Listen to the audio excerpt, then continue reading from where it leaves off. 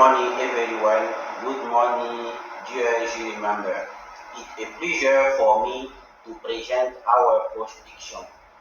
My name is Muhammad Ibiga. I come from Burkina Faso.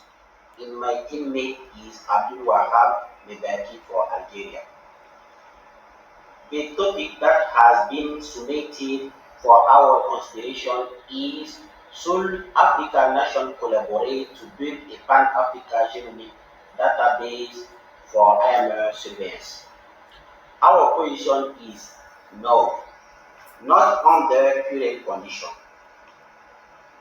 The idea of a pan-African genomic database seems modest, ambitious, and appealing. However, behind this technology vision lies serious risks, structural weaknesses, and a development agenda that does not align with the continent's urgent health priority. For our opinion statement, Africa does not currently need a highly advanced continent-wide genomic database. It needs functional national system, rational antibiotic use policies, reliable laboratory infrastructure, and strong local capacity. In other words, without solid foundation, the genomic house will collapse. For our constitution arguments, one, it's a technological advanced solution to a fundamentally structural problems. AMR in Africa is primarily driven by massive self-medication, uncontrolled availability of antibiotics, weak pharmaceutical regulation, high hospital acute infection rates, lack of hygiene prevention, and safe water. No genetic database, no matter how sophisticated, can solve these foundational problems. Two, if this project does increase dependence rather than sovereignty. Affirmative, affirmative things claim sovereignty, but in reality, sequences machine, region, new informative pipelines are important. Data costing should likely vary by importing server. Funding will mostly come from international donors such as Bill Gates Foundation and inside.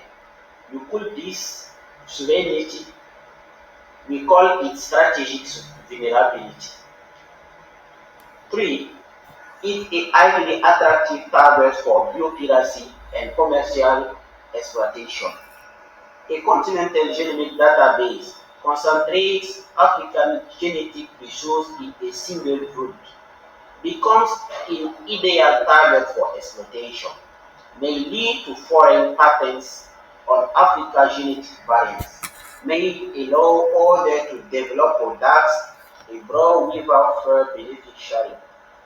This law is so that countries with weak regulation are the first to be exploited. Four, it a major risk of increasing genetic surveillance. Genomic data are not only about microbes. They can reveal population movement, ethnic origin, and biological relationships. How many African governments have a modern legal framework from genetical confidentiality, labor mechanism to prevent political misuse, and independent judiciary to sanction abuses? A pan-African database properly regulates can become a tool for control rather than a tool for public health. 5. This project have no financial and operational sustainability. Building the database is easy. The real challenge is maintaining it for 30 years. Sustaining the system requires funding for massive data storage, server maintenance, continuous software updates, ongoing staff training, cybersecurity protection, and stable high-speed internet and routine sequencing. Yet, many African countries struggle to finance even basic AMR surveillance, antibiogram standard laboratory. For the refutation of our opponent's argument, one affirmative team said collaboration reduces costs. For us, economic of scale only work when starting capacity are similar. In Africa, capacity varies widely. We will end up with strong dependency of weaker countries on stronger ones. Two, affirmative team say also it will buy local capacity. For us, capacity building happens on the go, not through a remote continental server. What Africa needs in funding for technician, laboratory, antibiogram, and national epidemiological surveillance, not a sophisticated platform that 80% of hospitals cannot even access. Three, affirmative team say again also it essentially for early AML detection. For us, early detection depends on a dense network of functional national laboratories, not a continental database that receive little or no data.